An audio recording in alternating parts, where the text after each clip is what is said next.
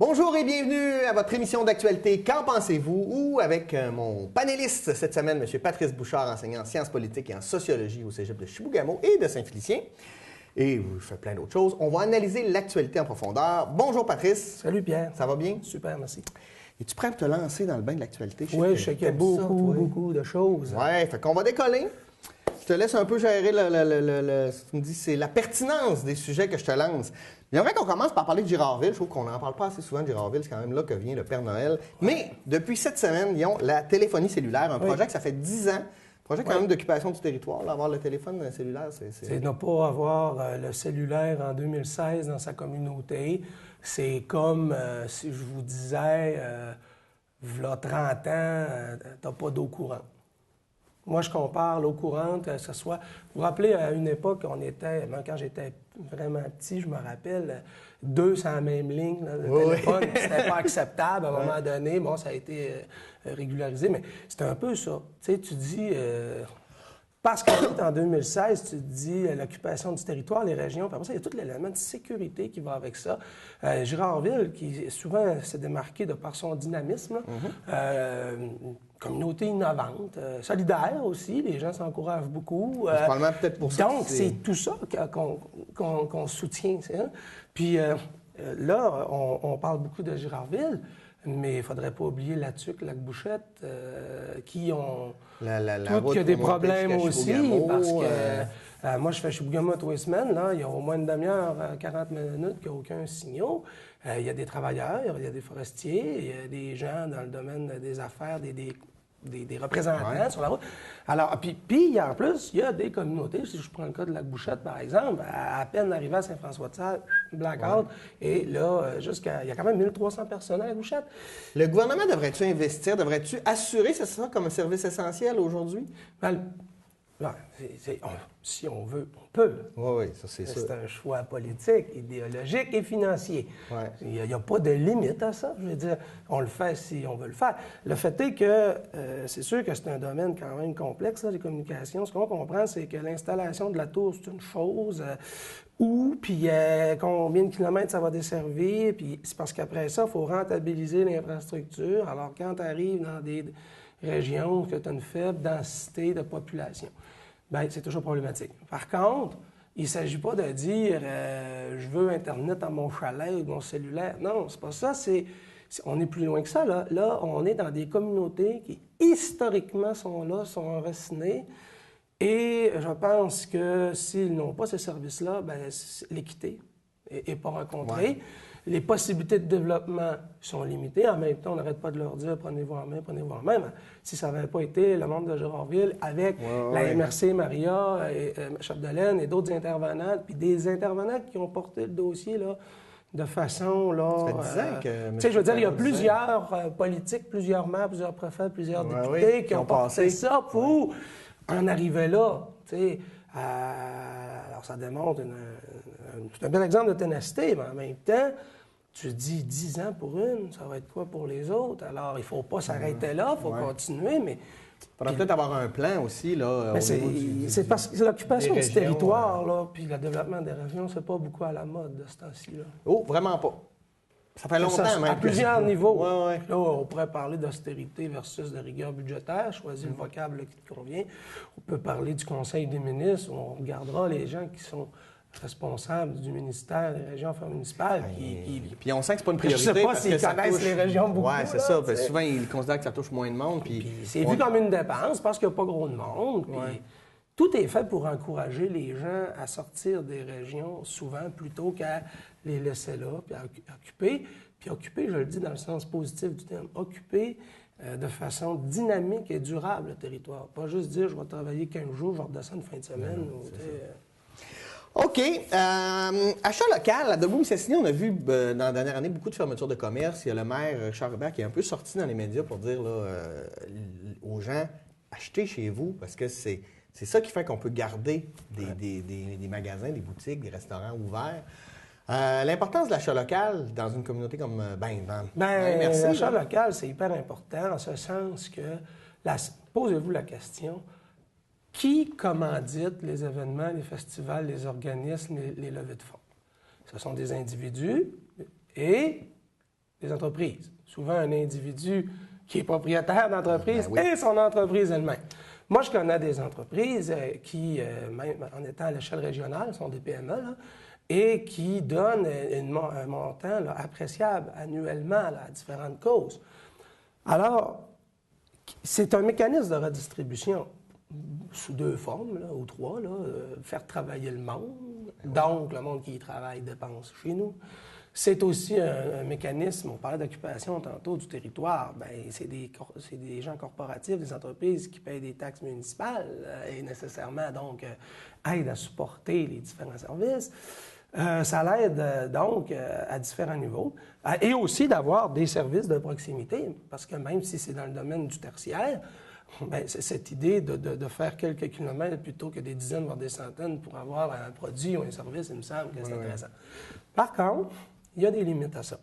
Ce que je veux dire, c'est qu'essentiellement, il y a des gens pour qui, je veux dire, ça va toujours être moins cher ailleurs. Et dans certains cas, ça peut être vrai. Et ça peut s'avérer vrai là, que le prix n'est pas toujours le même. Mais bon, il faut voir parfois de quoi on parle, quelle fréquence tu achètes la chose, puis si ça te coûte en déplacement, aller l'acheter. C'est ça. Puis une autre affaire, c'est que si tout le monde achetait de Dolbeau-Mistassini, il y aurait une plus grande diversité de produits, les prix baisseraient. Je veux dire, il y a cette réalité-là aussi. Là. Sauf que je pense que ce qui est important, puis ça, je me rappelle, il y a quelques années, il y avait la table de concertation commerciale avait fait toute une table d'abord de concertation du domaine commercial dans notre milieu. Il avait mis des affiches, Dolbeau-Mistassini, la ville commerciale, essaie de se positionner, puis il y avait toute une campagne de promotion. Le but, c'était quoi? Évidemment que c'était d'augmenter l'achat local, mais le vrai objectif, je pense, c'était de développer le réflexe d'abord aller voir près de chez soi, magasiner, comparer. Et ensuite, bien là, tu prends une décision. Alors là, au moins, tu donnes la chance aux commerçants de te faire une offre. Ouais. Et c'est à lui de saisir la chance ou de te dire jusqu'où il peut commander, quelle garantie il peut donner, etc. Mais là, ce qui arrive, c'est que d'abord, il y a des nouveaux phénomènes. Hein? Tu sais, il y a 10 ans, ça fait pas longtemps, mais il y a 10 ans, c'est une chose. Aujourd'hui, l'achat en ligne. Après ça, on est aussi beaucoup dans le zapping, hein, dans le buy and take, là, maintenant. Là. Oui, il faut que ça soit... Si tu vas dans ton magasin aujourd'hui, je ne suis pas prêt à l'attendre, mais je vais attendre une semaine. Je veux beaucoup d'inventaire pour pouvoir choisir d'acheter ou ne pas acheter maintenant. Ouais. Le commerçant, c'est pas facile, ça émet une pression. Donc, c'est sûr que c'est pas toujours facile là, de concilier tout ça. Il y a des mécanismes qui existent. Je ne sais pas, c'est une question que je pose, je n'ai pas la réponse.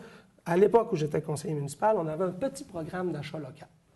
Le petit programme d'achat, de ce que je me rappelle, là, si c'était un achat de moins de 1 000 $, exemple une fourniture, je ne sais pas, moi, on a besoin d'une pièce mécanique ou je ne sais pas, mais une pièce, donc moins de 1 000 $, on acceptait une différence de 10 %. Donc, imaginons qu'il y a eu 3 soumissionnaires, un de la place, il est maximum 10 % plus cher. Si c'était en bas de 1 000, il y avait le contrat. Okay. Et quand c'était un contrat un peu plus important, je pense entre 1 000 et 25 000 ou 1 000 et 10 000, là. Je ne me rappelle plus, ça fait longtemps, on était prêt à aller jusqu'à 1 000 $. Parce qu'il ne faut pas oublier, et la loi n'a pas dû changer à cet effet, qu'en haut de 25 000, c'est des soumissions ouvertes à travers la province. Alors ça. Là, puis c'est le plus bas soumissionnaire. Donc, nous, on avait développé un petit programme à partir de la marge de manœuvre. Puis là, ben, le problème, c'est que tu ne peux pas non plus toujours payer plus cher, là, parce que là, il y a une question de saine gestion des taxes, des finances publiques.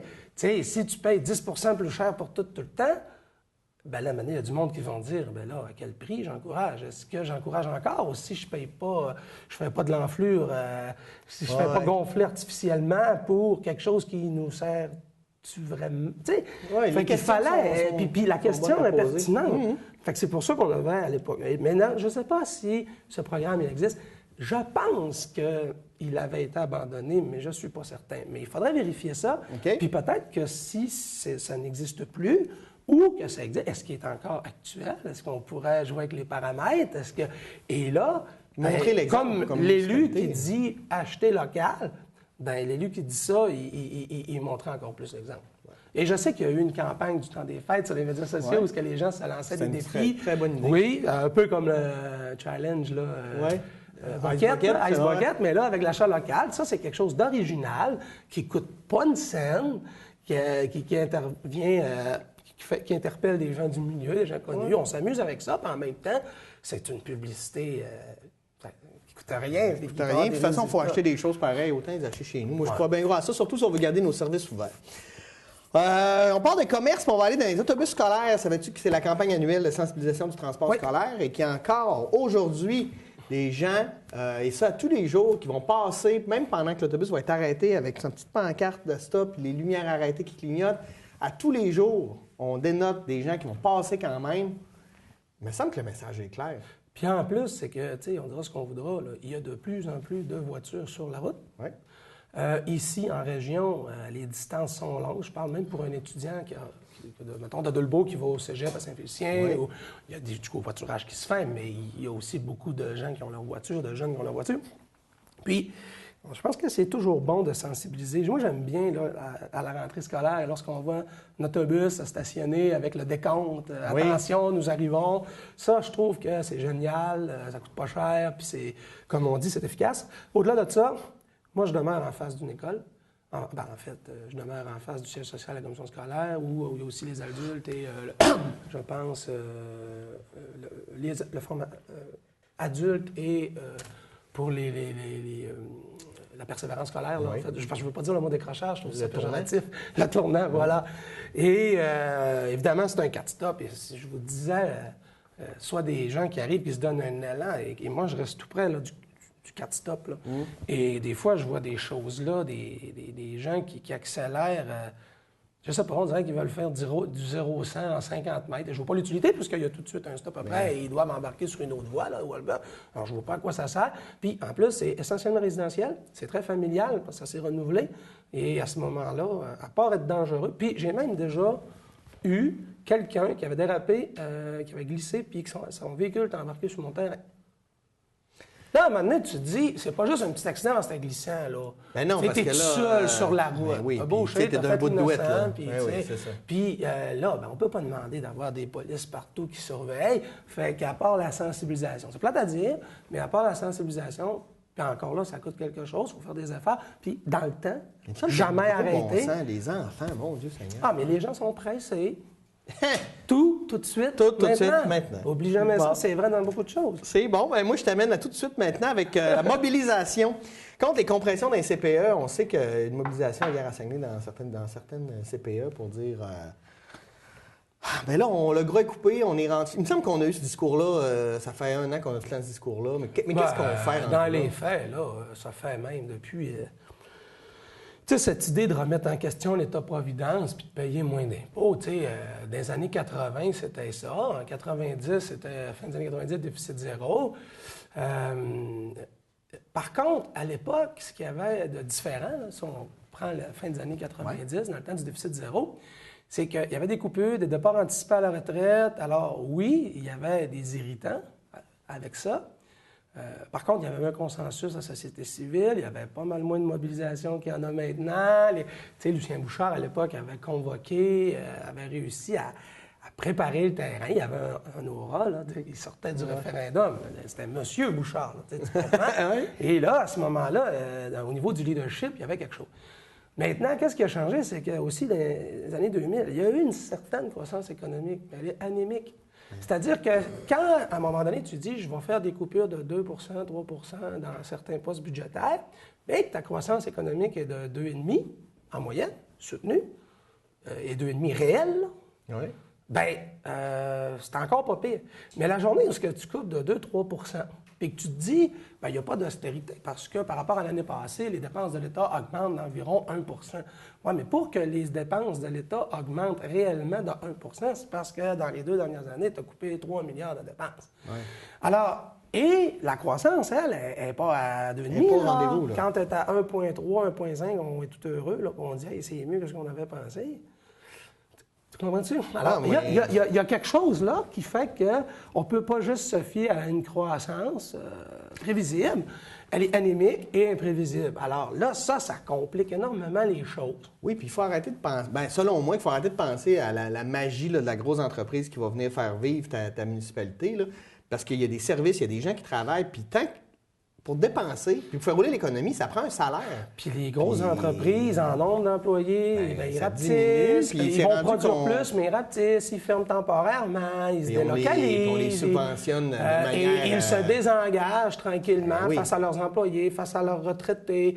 On ouvre à la sous-traitance. Bref, tout ça, ça fait longtemps, aurait dû allumer des signaux d'alarme, mais on continue à espérer qu'il y a une manne qui va tomber. Et ça peut arriver à l'occasion qu'il y ait une manne qui tombe à quelque part dans une des régions du Québec. Mais c'est plus un modèle comme on a vu où c'était la norme. Puis même quand la manne tombe, on a tellement subventionné ces compagnies-là en leur donnant des tarifs préférentiels, des affaires, que finalement, on subventionne ces emplois-là. Là. Je veux dire, c'est pas pire de subventionner ça que de payer de l'argent pour un service social. Là. Dans bien des années, depuis plusieurs années, on a vu Rio Tinto, là, en tout cas à moins que anciennement le camp, qui était, oui, ils payaient pas cher leur électricité, puis dans certains cas, ils ne payaient pas parce qu'ils ont des droits sur le fond de la rivière Saguenay, mais il manquait quand même d'électricité, alors ce qu'ils achetaient, ils l'achetaient à un tarif préférentiel. Là, c'est rendu des vendeurs nets à Hydro-Québec, là. Oui, et on attend toujours leurs 2 milliards d'investissements qu'ils ont signés sur une entente avec le gouvernement il y a plus de 10 ans. Le monde va dire « Ah, les réalités ont changé. » Oui, mais historiquement parlant, le Québec a fait un choix visionnaire à l'époque, et on le sait, là, aujourd'hui, on en récolte les fruits avec les changements climatiques, de dire on va miser sur l'hydroélectricité et on va nationaliser. Puis les compagnies qui ne seront pas nationalisées, et ça, c'est le deal qu'il y a eu avec le Saguenay-Lac-Saint-Jean, vous allez développer, créer des usines, augmenter l'employabilité. C'est ça. Le problème, c'est que l'employabilité pique et les annonces qu'on nous a fait miroiter, non seulement à tard, mais les gens désespèrent. En même temps, on prolonge la durée de vie d'usines très polluantes, puis en même temps, on est un peu mal pris avec ça, parce que vu le nombre d'emplois et la qualité des emplois en jeu. Ça. Alors là, tout le monde est sur le qui-vive. Là, on continue à attendre les gros coups, là, tu sais, Ariane Phosphate, tout ça. Probablement que ça va venir. Mais à un moment donné, moi, je pense qu'il va falloir multiplier les petits projets de 2-3 emplois qui, dans 5 ans, deviendront 5 emplois. Parce que les nouveaux emplois créés, quand vous regardez, c'est pas les grandes multinationales qui les créent, c'est les petites PME. Oui, puis finalement, ça va c'est l'entrepreneuriat. C'est ça, puis ça prend des salaires pour dépenser si on veut faire rouler l'économie, puis pour ça, bien, maintenant, il faut... Bon, je t'amène à quelque chose qui va te faire plaisir. Je veux que tu me parles du remaniement ministériel. Je sais que tu aimes ça, toi, les remaniements. Bien, d'abord, c'était attendu. Je pense que ça faisait quand même plusieurs mois qu'on disait « Ah, il y en a qui facile à réfléchir au niveau du gouvernement. Bien, c'est pas facile à réfléchir parce que quand tu fais un remaniement ministériel ou que tu fais carrément au début d'un mandat, là, tu peux annoncer la composition de ton conseil des ministres, mais tu as toujours des enjeux importants. D'abord, tu regardes qui a été élu dans ta gang. Si tu es 70 sur 125, tu as le gouvernement, le chef devient premier ministre, c'est super. Mais tu choisis environ 25, 26, et selon les années, là. Alors là, tu choisis là-dedans. Parce que là, d'abord, en partant, tu viens d'en éliminer le 2 tiers. Oui, c'est ça. Dans le 2 tiers qui ont gagné, là, c'est tous des bons militants, des fidèles. Bon, peut-être que les expériences puis les talents peuvent diversifier, mais à prime abord, ce sont tous des gens là, qui aimeraient bien ça être ministres, qui rêvent de changer la société, parce que sinon, ils ne seraient pas allés là. OK? Moi, je crois fortement à ça. Surtout que dans certains cas, il y a des gens qui font des salaires de 150 200 000 par année, et même plus. Quand tu décides d'aller en politique à 88 000, plus 16 000 non imposables, plus 75 heures par semaine, plus les médias qui t'achalent, ça veut dire qu'à quelque part, ce qui a motivé ton choix, c'est pas l'argent. Sinon, tu n'aurais pas fait ça. Bon. Alors, tu en as le 2 tiers qui sont éliminés en partant. Et là, dans ceux qui restent, tu essaies de trouver un équilibre homme-femme. Tu essaies de trouver un équilibre grand centre-région. Tu essaies de trouver un équilibre entre l'expérience, parce que là, tu as des gens qui ont déjà été ministres, et la nouveauté, parce que tu veux faire des changements. Qui va faire ces changements-là? Les plus difficiles, tu peux donner un type d'expérience, un vétéran. Et là, le remaniement arrive. Pourquoi? Bien, c'est un peu normal, ça fait 2 ans. Il y a beaucoup d'austérité. Ça aussi, que tu as une question d'ego. Tu as des gens aussi qui veulent. Oui. Hey, je t'ai aidé dans le temps. Si tu ne fais pas ça, je quitte. D'ailleurs, on a vu. Chez les libéraux, il y en a quand même plusieurs qui ont quitté, qui sont retournés aux affaires, qui n'étaient pas contents parce qu'il n'y avait pas Marguerite Blais pour ne pas la nommer, qui avait... Mais de tous les partis, c'est comme ça. Oui, mais là, statistiquement, depuis le 14 avril 2014, là, c'est assez spécial, là, le nombre de départs. Non, mais je veux juste dire que je suis d'accord avec toi là-dessus. Je crois qu'il y a eu 9 partiels, là, en 2 ans. On a eu aussi là. Stéphane Bédard ici en région qui a fait un peu le même procédé. Là. Oui, il a fait, par contre, en tout cas, on pourra toujours voir les raisons qui avaient été évoquées. Il y en a que c'est pour des raisons maladie. Là, c'est une autre affaire aussi. Oui. Tu sais, je regarde monsieur de la Côte-Nord, raison maladie. Qui, pour dire qu'il n'est pas malade, je veux dire, à un moment donné. Mais quand c'est t'es tanné, t'aurais voulu être ministre, tu te retournes aux affaires... Ça, c'est pas de maladie. Ça me tanne. Ça me tanne. OK, ça, c'est dit. Donc, c'est un défi important. Et là, c'est un gouvernement qui veut qu'on oublie sa gestion les 2 dernières années. On a vu qu'il était très, très bon pour gérer les dépenses, mais pas très, très bon pour gérer les revenus et les stimuler. Alors ça, c'est son défi. Il veut se donner une étiquette de « on passe en phase 2 ». Maintenant, on annonce les projets, ça va bien. C'est pas compliqué. On cherche une rampe de lancement pour les élections de 2018. C'est essentiellement ça. Alors, on a vu qu'il y a des têtes qui ont roulé. Il y a même des têtes qui ont roulé, puis c'est pas nécessairement péjoratif. Il y a même, tu sais, tout le monde pensait que Coiteux allait rester au Trésor. Oh, il est allé aux affaires municipales. Dominique Anglade, bien là, imaginons, c'est une femme de talent, qui dégage quand même du dynamisme, qui a été à la tête de Montréal International, pas très longtemps, mais en tout cas... Qui était à la CAQ aussi. Puis mais voilà, elle était à la CAQ. Alors là, ce qu'on voit, c'est qu'avec la polarisation et la tentative de retour de la question nationale, alors tu as des caquistes qui peuvent être nationalistes et souverainistes, avoir tendance à... pas pour rien que M. Legault réaffirme l'autonomie du Québec. Puis à la limite, lui, il considère qu'il va maintenir plus de monde en disant ça. Parce que là, il y en a une partie qui sont et à droite et fédéralistes. Je vais appeler ça l'école de Gérard Deltel, admettons. L'école à des quistes, là.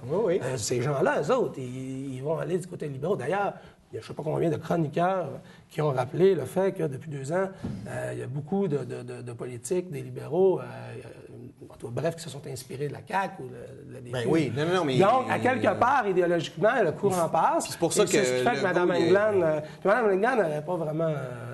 pas souverainiste, mais encore bien, pas nationaliste non plus. Mais je pense que c'était déjà... Je pense, sur toute réserve, il faudrait que je vérifie, mais il me semble qu'elle a déjà été impliquée au niveau du Parti libéral du Canada ou quelque chose comme ça. Alors, dans cette optique-là, on peut comprendre les rapprochements, surtout que M. Couillard, sur cette question-là, ne veut pas parler d'identitaire, ne veut pas parler de langue, n'a pas de demande particulière face à Ottawa, rêve de signer la Constitution pour le 150e du Canada. Bref, alors pour les gens fédéralistes de droite, ça fait plaisir, ça. Alors, on peut penser qu'elle colle bien là, avec ce filon-là, cette philosophie-là.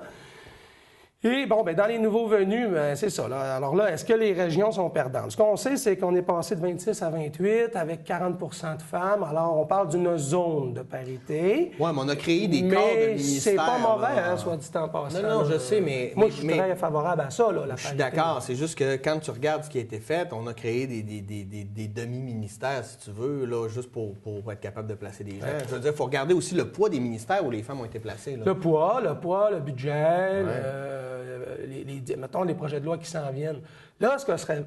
Justin Trudeau, je ne sais pas si vous vous rappelez, quand il a fait sa nomination au Conseil des ministres, on a publié les lettres de mandat. Ça, je ne suis pas certain que ça a été fait. Ça serait intéressant, je pense que ça serait même, pour la transparence, puis aussi pour rappeler les engagements, que ces lettres de mandat soient publiées. Tu sais, de voir, quand un ministre arrive, et c'est quoi tes 2-3 dossiers? Tu as 2 ans, là. Tu ne dois pas avoir une liste longue de même. Ça serait bien. Puis là, ce qu'on sait, c'est que Mme Anglade est à l'économie. Alors, malgré tout, son talent, ça ne repose pas seulement sur ses épaules, l'économie. Elle est la première à dire qu'il y a un contexte mondial. Quand il était dans l'opposition, les libéraux disaient tout le temps que c'est à cause de l'incompétence de...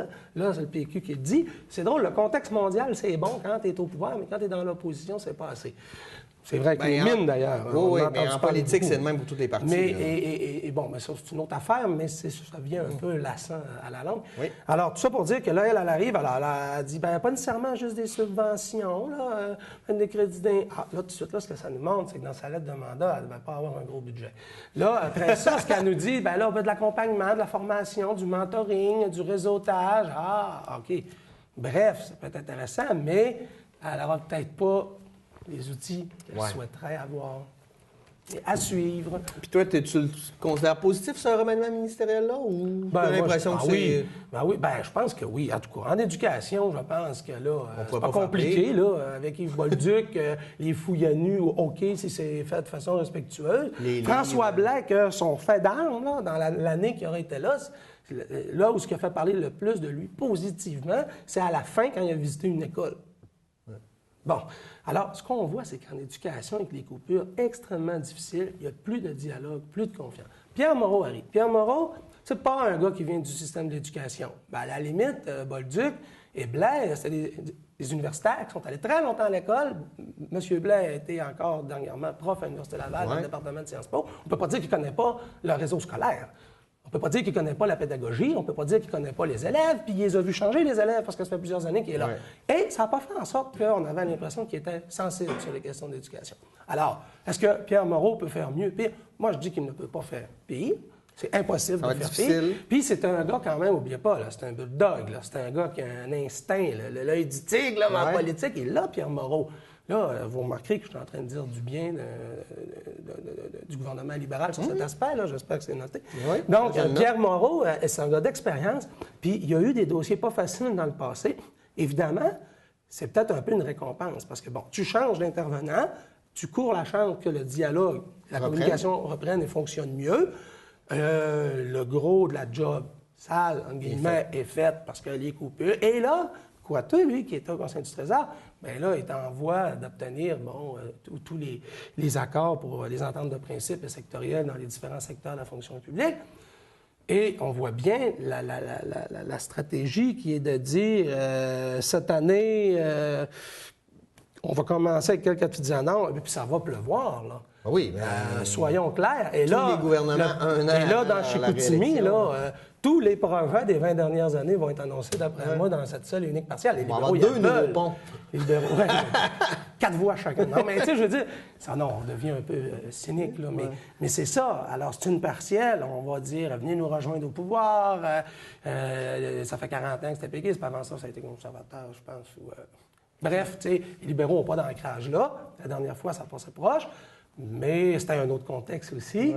Dans les sondages, les libéraux sont encore deuxième de justesse chez les francophones. Chicoutimi, c'est pas mal francophone.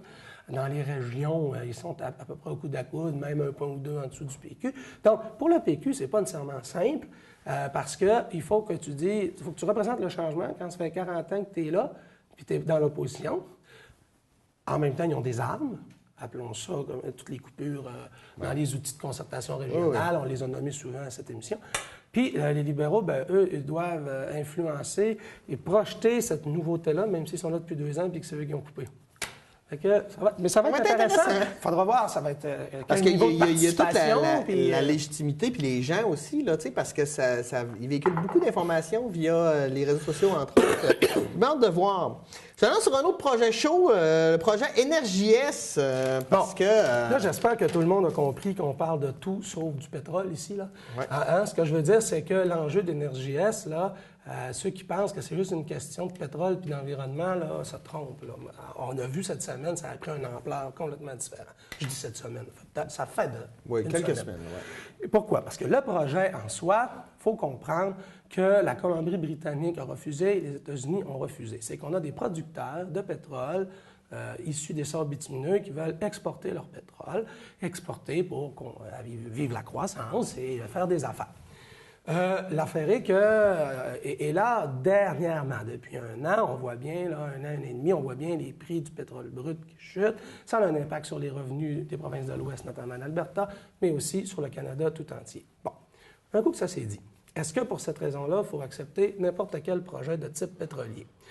Là, on a des gens, et notamment le coût, si vous voulez, là, le 3e non. Parce qu'il y a 2 premiers refus. Alors, le 3e refus, officiellement, n'est pas venu du gouvernement du Québec. n'est pas venu du gouvernement Trudeau qui décide de tirer à plat, parce que là, lui, là, il est pogné entre l'Est et l'Ouest. Là, il n'y a pas tant de députés que ça dans l'Ouest, M. Trudeau, mais il y en a 40 au Québec. Puis il y en a Puis beaucoup là, dans au les Québec, maritimes, là, les maires de la région de Montréal, donc ça, c'est pas juste M. Coderre, là, c'est toute une équipe, hein, Ouais. disent non à NRJS. Parce que là, on s'est aperçu que le pétrole passe, pas de dédommagement, pas de redevance. Alors, ça veut dire que s'il arrivait quelque chose. Et là, vous allez me dire, ouais, mais c'est des nouvelles technologies, il n'y a pas de problème. Mais cette semaine, Radio-Can publiait la carte des déversements ou des accidents sur les oléoducs. Et ce qu'on voit, c'est qu'il y en a eu beaucoup. Pas toujours et un peu important, partout, mais il y en a eu beaucoup. Une chose est certaine, c'est que s'il n'y en a pas d'oléoduc, ben, il n'y en aura pas de déversement. Quoique c'est embêtant, parce que là, quelqu'un va dire, ouais, mais c'est-tu mieux si c'est par train? Regardons ce qui est arrivé par train. Mais dans les deux cas, c'est un dossier qui touche le fédéral. Dans les deux cas, il y a des normes qui ont été diminuées de beaucoup, ce qui fait que ça a peut-être pu, en tout cas en partie, provoquer ce qu'on a vu du côté de Lac-Mégantic. Et là, on a un gouvernement, M. Trudeau, qui dit, ben, moi, je vais être arbitre. Là, plusieurs ont dit, et j'ai entendu ça de plusieurs commentateurs, on ne veut pas un arbitre, on veut un premier ministre, on veut quelqu'un qui prend des décisions. C'est ça. OK. Il va falloir... Là, je reviens au Québec. Alors, pas d'emploi vraiment. Tous les risques, pas de redevance, pas de compensation, on ne fait pas travailler le monde. Parce que là, ce pétrole-là, c'est pas pour qu'il soit raffiné chez nous. C'est juste pour qu'il passe. Et consommé chez nous. Parce que si on prend, comme je pense de mémoire, c'est Enbridge, où on fait juste inverser le flux, c'est différent parce que là, c'est raffiné dans les raffineries de Montréal et là, on peut avoir accès au pétrole. Et ça, parce que l'indépendance énergétique ou l'indépendance au pétrole, il y a deux volets à ça. À très court terme, c'est de dire, bien, s'il y a du pétrole chez nous, on le prend chez nous, plutôt que de le prendre ailleurs.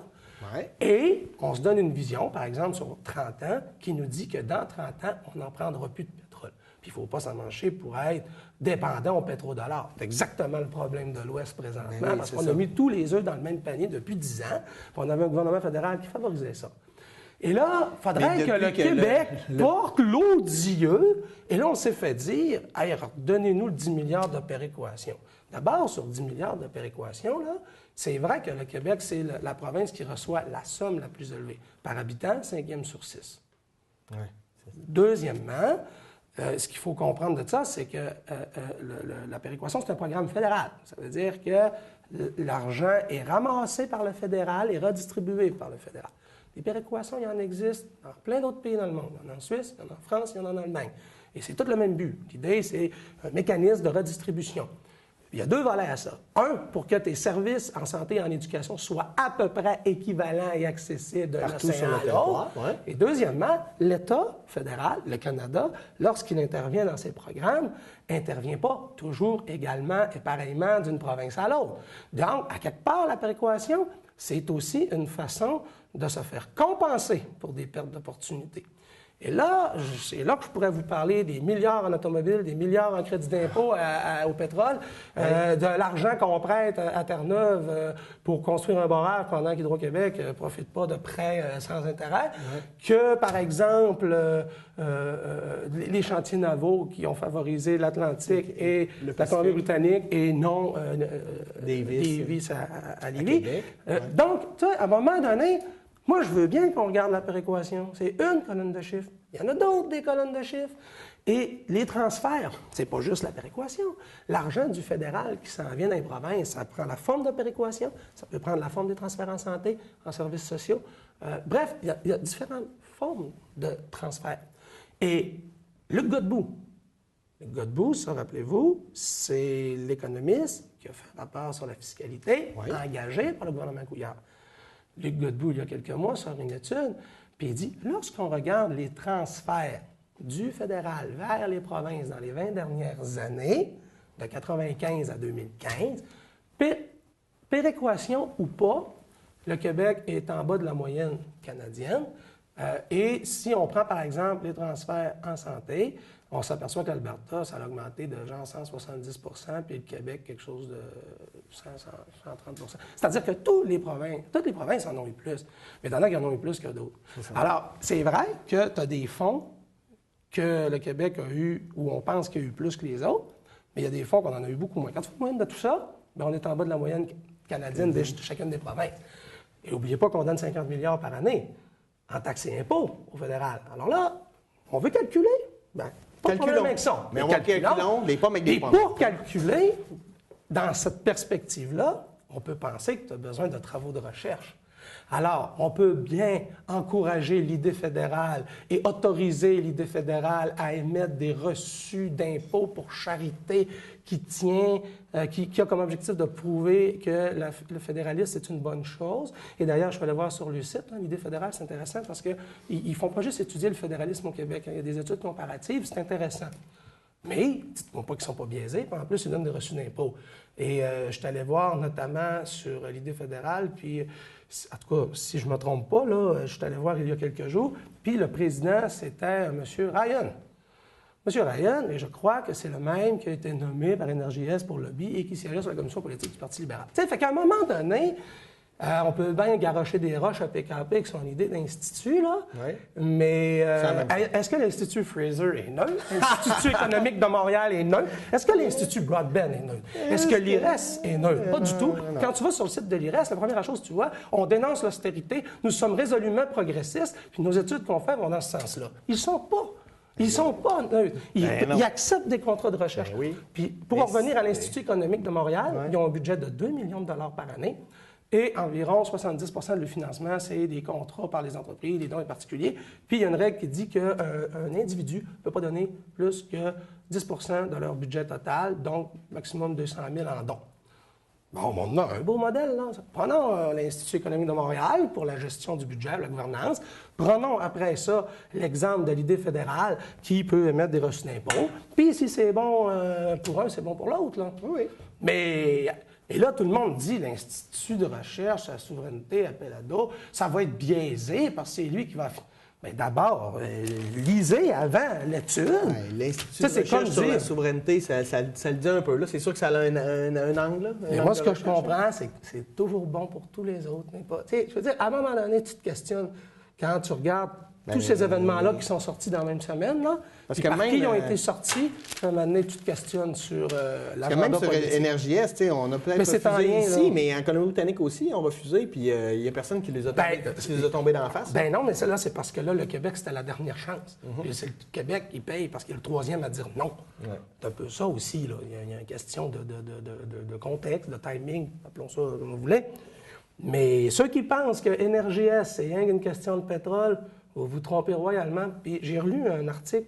Rappelle-toi, Pauline Marois a été élue en 2012.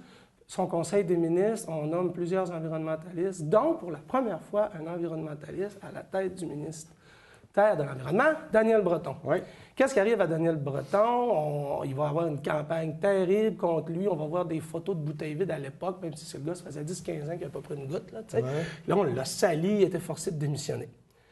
Mais j'ai relu une déclaration qu'il avait faite bien avant cette histoire-là, dans les débuts de son mandat, où il disait à Énergie-Est de se falloir se questionner, parce que là, quand ça passe chez nous de même, c'est l'indépendance de l'État aussi, du Québec, à pouvoir dire oui ou non sur ses projets, ou s'attacher les mains pour 30 ans.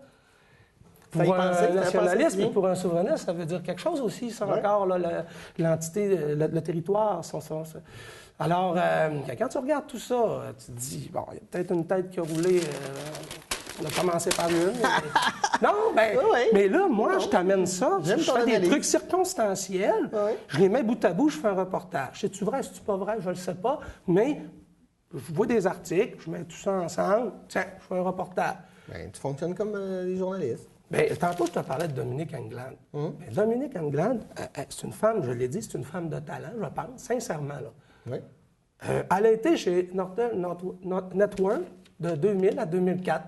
Elle était dans le stratégique, puis Nortel, là, je ne sais pas si vous vous rappelez de la débandade. En juillet 2000, 124,50 l'action, 95 000 employés sur la planète, 473 milliards en capitalisation boursière. En 2001, éclatement de la bulle spéculative. En 2009, 26 000 employés, 192 millions de valeur des actions. Alors, mais je vais-tu dire que parce qu'elle était là, qu'elle a sa part de responsabilité? Je veux dire, ça devient un peu ridicule. Oui, mais on aime ça faire des liens. On aime ça. Je sais, mais il fallait que je le dise, c'était plus fort que moi. C'est beau, j'aime ça. Réforme de l'aide sociale, qu'est-ce qu'on fait avec ça, réforme de l'aide sociale? Bien, on la dénonce. On la dénonce parce qu'elle est injuste. Ouais. Parce que, d'abord, il y avait un petit quiz sur Radio-Canada en 6 questions, des vrais ou faux, et c'est pour nous sensibiliser à savoir qu'est-ce qu'on connaît ou pas de ce programme d'aide sociale. Il y a plusieurs volets, aide sociale, solidarité sociale, puis en tout cas, et tout ça pour dire que il y a environ, je pense, quelque chose comme 50 qui n'ont pas le secondaire 5, des gens qui sont sur l'aide sociale, puis je pense que c'est un 15 qui ont un DEP. Donc, il y a un défi immense là, quand on parle de réinsertion puis de trouver un emploi, d'éducation puis de formation. Sinon, quel emploi vas-tu occuper? Ouais. Parce que là, d'abord, en moyenne, quelqu'un qui est sur l'aide sociale va faire environ, en moyenne, 615 par mois. Ça fait 7 000 $ par année. Si tu travailles 35 heures par semaine au salaire minimum, tu travailles, là, on peut pas dire... tu sais, tu travailles 35 heures semaine au salaire minimum, c'est à peine le niveau de vie, pour ne pas dire légèrement en bas du seuil de pauvreté. Oui, c'est ça. Là, il faut que les gens pensent à ça. Deuxièmement, le 3/4 sur l'aide sociale, ou en tout cas, ce sont davantage des hommes. Et les nouvelles demandes, année après année, parce que c'est ça qui nous interpelle. Oui. Depuis 2006, le nombre d'assistés sociaux a diminué au Québec sans cesse, en continu. Là, on en parle comme si c'était épouvantable, c'est un fléau. Mais ça a diminué. Oui. Bon, deuxièmement, c'est 17 000 nouvelles demandes par année. De ça, 70 ont moins de 29 ans.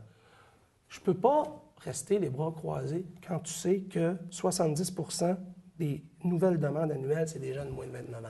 C'est pas vrai que c'est un avenir, puis il faut les aider. Là-dessus, oui. On ne peut pas balayer ça du revers de la main.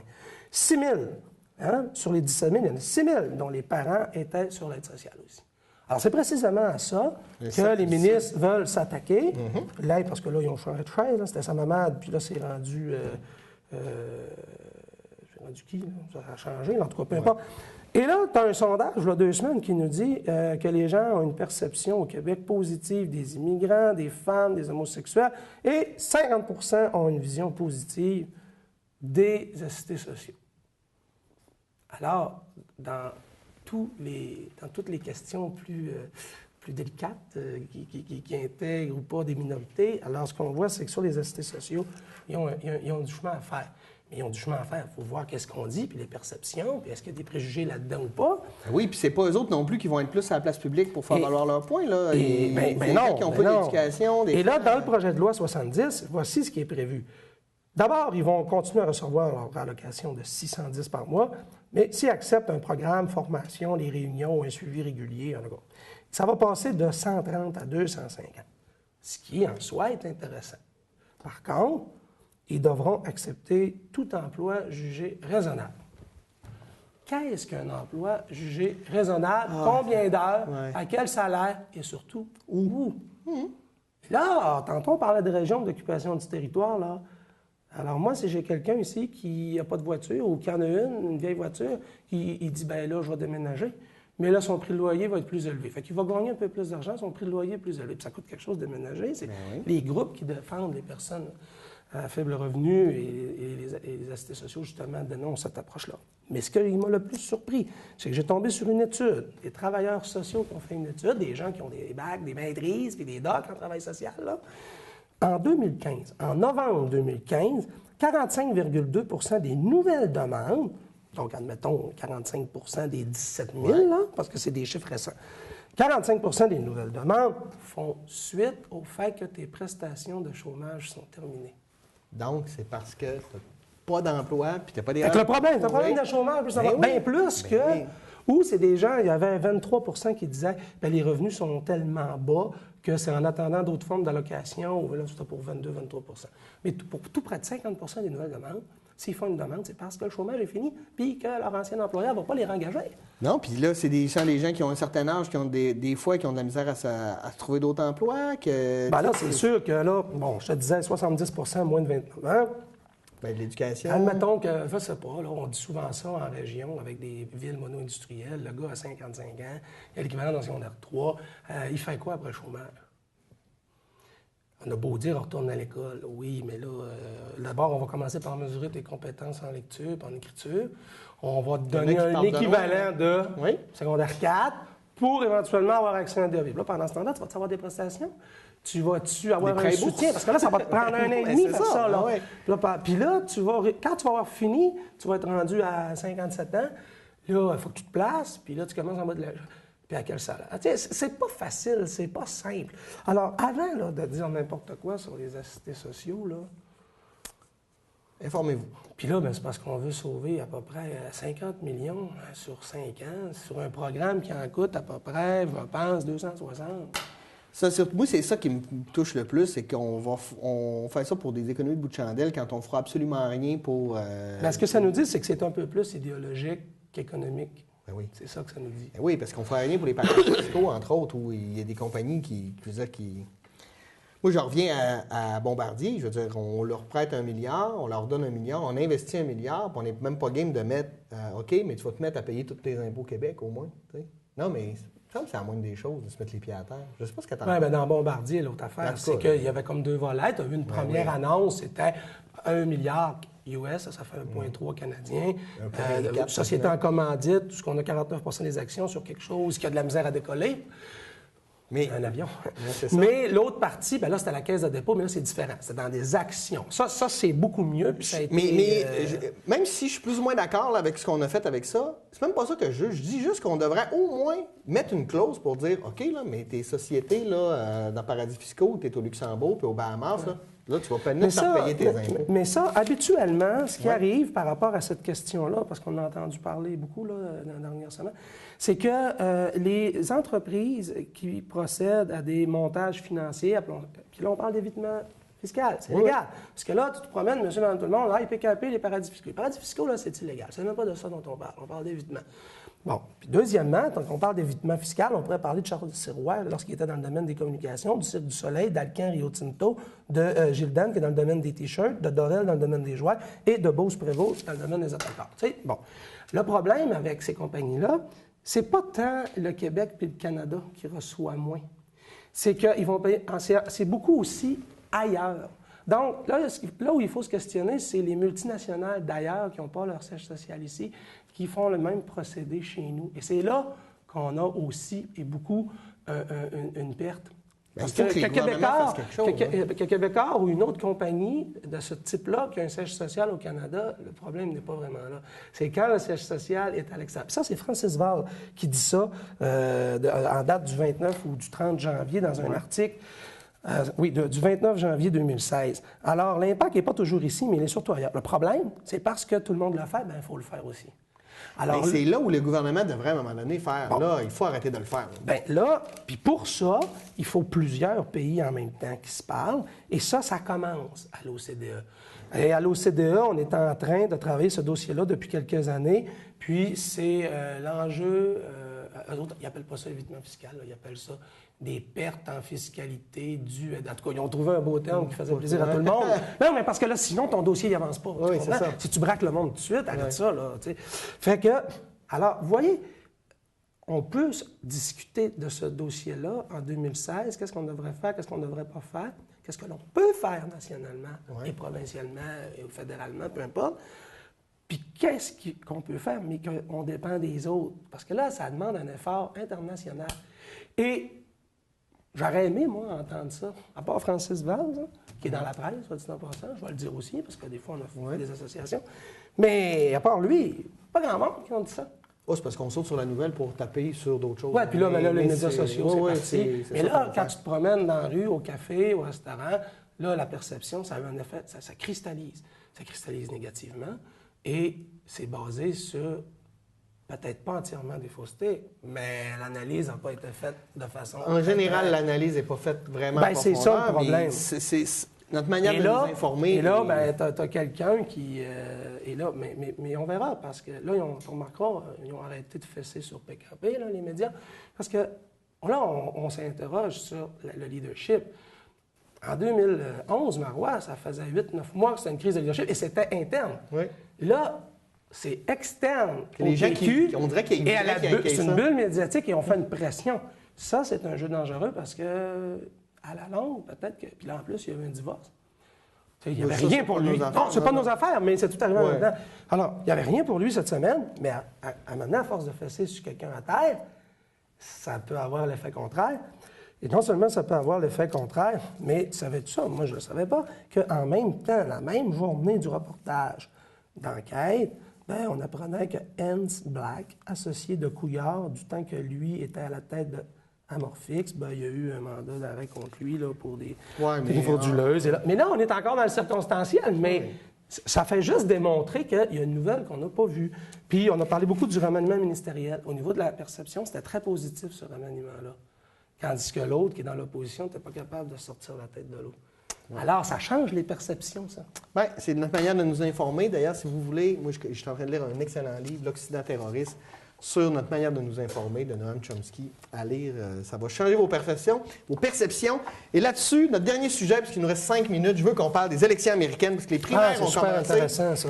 Puis ça brasse, hein? Dans le sens, Hillary Clinton gagne de justesse contre Bernie Sanders, qui sort pas de nulle part, mais tout le monde disait que son discours est intéressant. Pas de nulle part, parce que ça fait longtemps qu'il est dans le paysage. Non, mais ce que je veux dire, c'est que depuis longtemps, on dit ce qu'il dit, c'est intéressant, mais ça touche pas assez les gens parce qu'il est trop à gauche. Puis de l'autre côté, on disait, on mettait Trump. Mais ça touche une partie des démocrates. Ouais. Moi, je suis convaincu que M. Sanders ne passerait jamais le test. Si Barack Obama n'a pas été capable de faire accoucher comme il l'aurait souhaité une réforme de l'assurance maladie, qui n'est pas un régime public, c'est qu'on oblige les gens d'être assurés, puis ils se faisaient traiter de socialistes, j'ose à peine imaginer.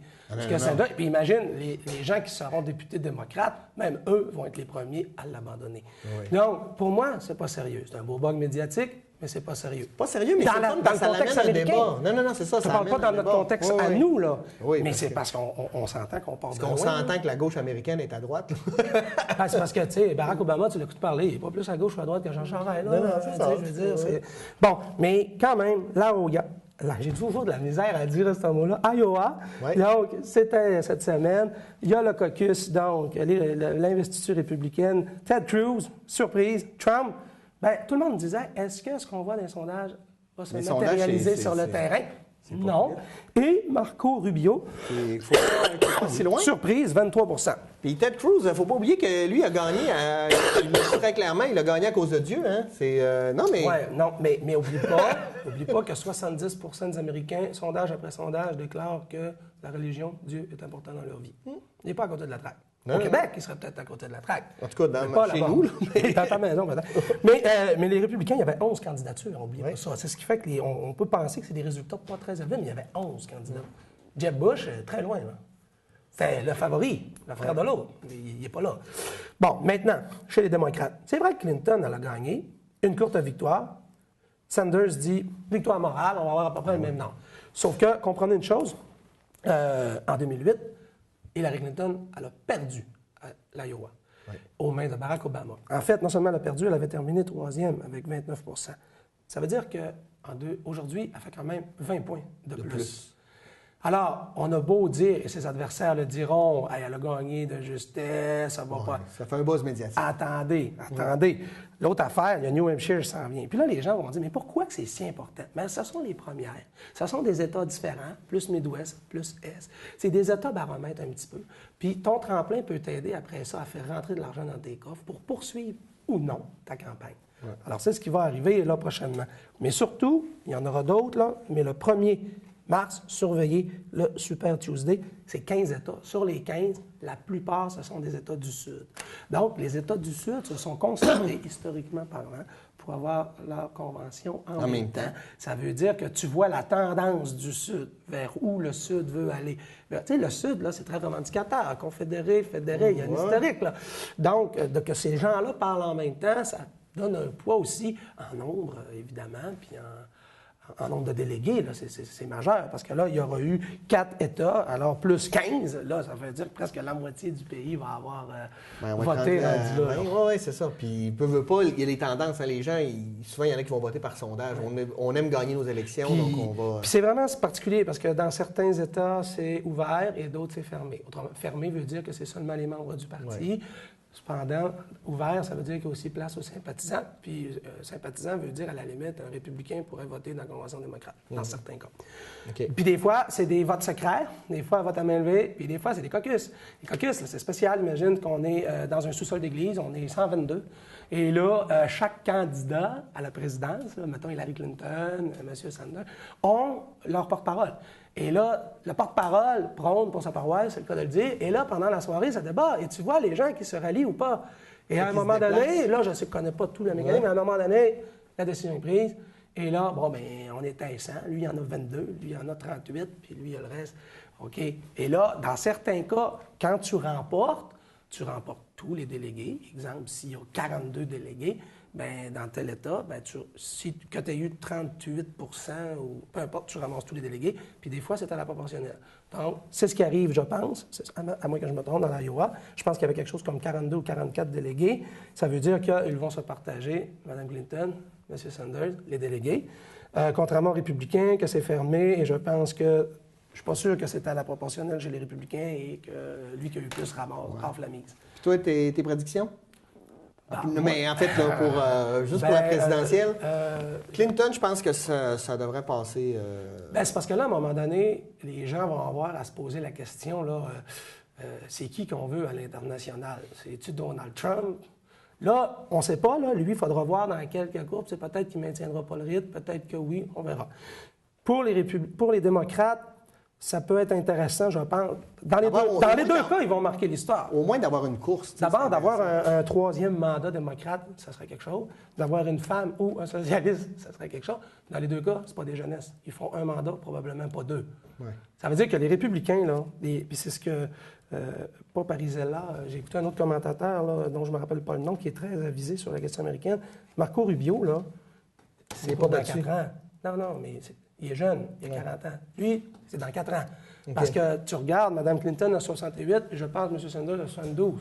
Dans 4 ans, ils vont-tu faire un deuxième mandat? Oui, Reagan a fait de 80-88. Oui, mais il n'a pas eu d'autres vraiment après. Donc, ce que je veux dire, c'est que lui, même si les démocrates ont un mandat, mettons que lui, il se positionne dans 4 ans. C'est beaucoup ça, hein? C'est des longues shots. Oui, ça serait drôle de voir Bernie Sanders contre Donald Trump. On aurait comme la guerre froide à l'intérieur des États-Unis. En fait, je pense que pour les démocrates, si c'est Donald Trump, c'est peut-être mieux d'avoir Sanders. Ouais. Hey, merci Patrice d'avoir été des nôtres, de nous avoir éclairé de ta sagesse monumentale. Je suis pas sage. En vieillissant, j'imagine, tu vas être encore mieux. Là-dessus, merci vous aussi d'avoir été des nôtres. Et on se retrouve, nous autres, la semaine prochaine pour une nouvelle émission d'actualité. Qu'en pensez-vous? Si vous avez des commentaires, des suggestions, écrivez-nous tvldm9@videotron.ca. Et allez sur Facebook, suivez-nous. Vous pouvez voir cette émission-là en reprise. C'est peut-être même la 3e fois que vous êtes en train de l'écouter parce que c'est intéressant. Merci. Bonne semaine.